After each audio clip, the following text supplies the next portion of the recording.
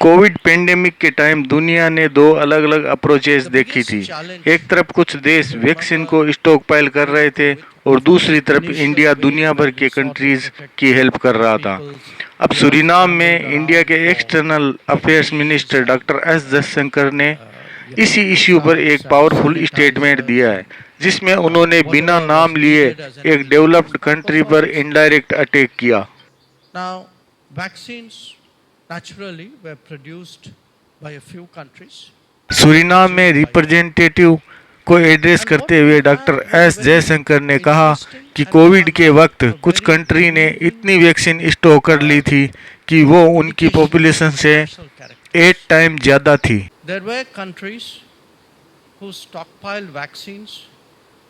I remember one in particular, being from the diplomatic world. I won't mention its name, but they had actually vaccines for 8 times the population of that country. Jaishankar ने country का नाम नहीं लिया, लेकिन उन्होंने clearly indicate किया कि वो एक रिच और डेवलप्ड नेशन थी।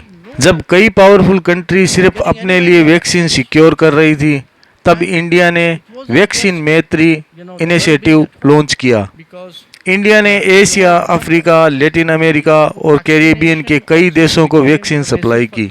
सिर्फ इतना ही नहीं, इंडिया ने इंटरनेशनल इनिशिएटिव जैसे कोवैक्स को भी सपोर्ट किया।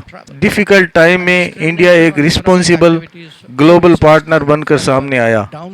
जयशंकर ने अपनी स्पीच में कहा कि एक अच्छा पार्टनर वही होता है जो अपने नेशनल इंटरेस्ट के साथ साथ ग्लोबल गुड का भी ध्यान रखे। यानी सिर्फ अपने देश के बारे में सोचना इनफ नहीं है, दुनिया के लिए कंट्रीब्यूशन भी इम्पोर्टेंट है।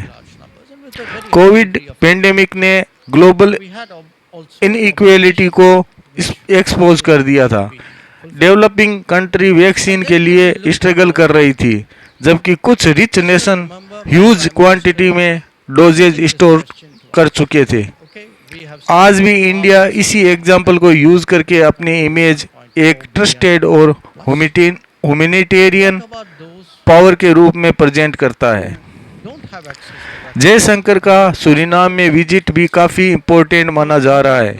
सूरीनाम में इंडियन ओरिजिन पॉपुलेशन काफ़ी लार्ज है और दोनों कंट्री के कल्चर टाई बहुत स्ट्रॉन्ग है।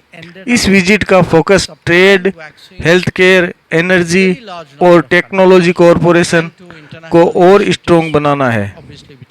तो आपका क्या मानना है? क्या कोविड पेंडेमिक ने दुनिया की असली पॉलिटिक्स को एक्सपोज कर दिया? और क्या इंडिया ने वैक्सीन डिप्लोमेसी के थ्रू एक रिस्पॉन्सिबल ग्लोबल पावर की इमेज बनाई है? कमेंट सेक्शन में अपने ओपिनियन जरूर बताएं। अगर आपको वीडियो इंफॉर्मेटिव लगी हो तो लाइक करें, शेयर करें और सब्सक्राइब करना ना भूलें। मिलते हैं नेक्स्ट वीडियो में with your updates on geopolitics and international affairs.